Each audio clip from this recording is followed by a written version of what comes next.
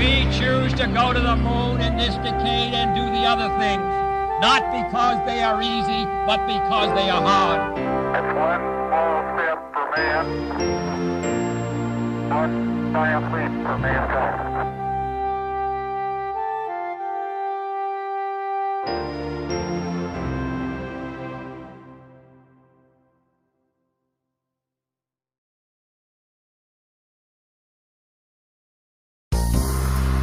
I'm Paul Gleiser, and I grew up in the day when America was on its way to the moon.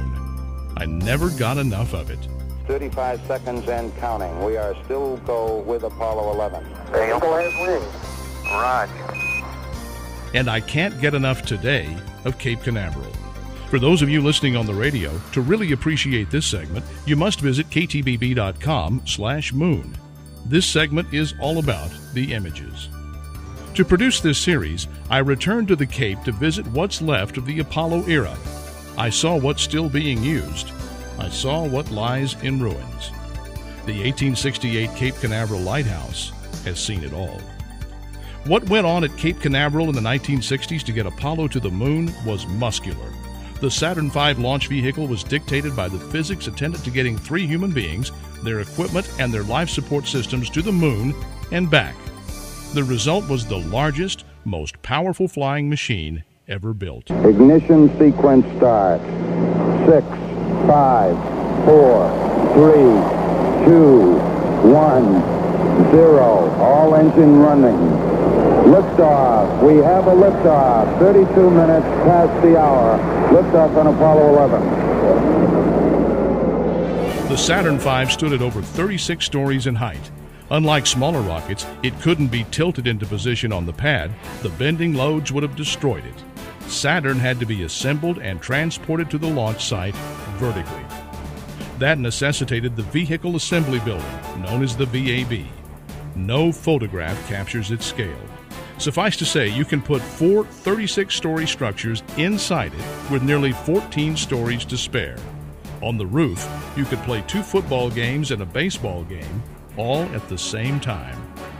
The VAB now supports the shuttle and is being partially transformed to support the Ares launch vehicles, part of the emerging plan to return to the moon by 2020.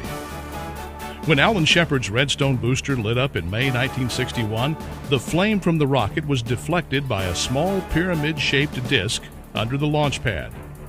For the Saturn V, a 490-foot-long, 40-foot-deep, 58-foot-wide flame trench was necessary as a part of the Pad 39 complex. That complex now launches the shuttle and will launch the Ares rockets if we return to the moon or go beyond.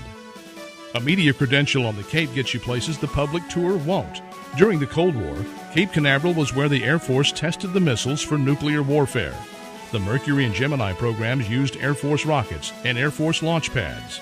Today, much of what got America to the moon lies idle or in ruins. Launch Complex 19 was used by Gemini. Today, it has almost totally rusted away.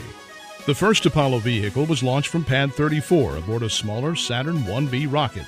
Before that launch, America suffered its first space tragedy right here on Earth. The Apollo 1 spacecraft broke out in fire inside the vehicle during a pre-launch test. Today, all that's left of Pad 34 is the Stonehenge-like launch pedestal and a small memorial plaque placed there to honor the lives of Gus Grissom, Ed White, and Roger Chaffee. Much of the past of America's manned space program is now succumbing to the ravages of salt air, what the locals call Florida cancer. The future of the manned space program is in serious doubt.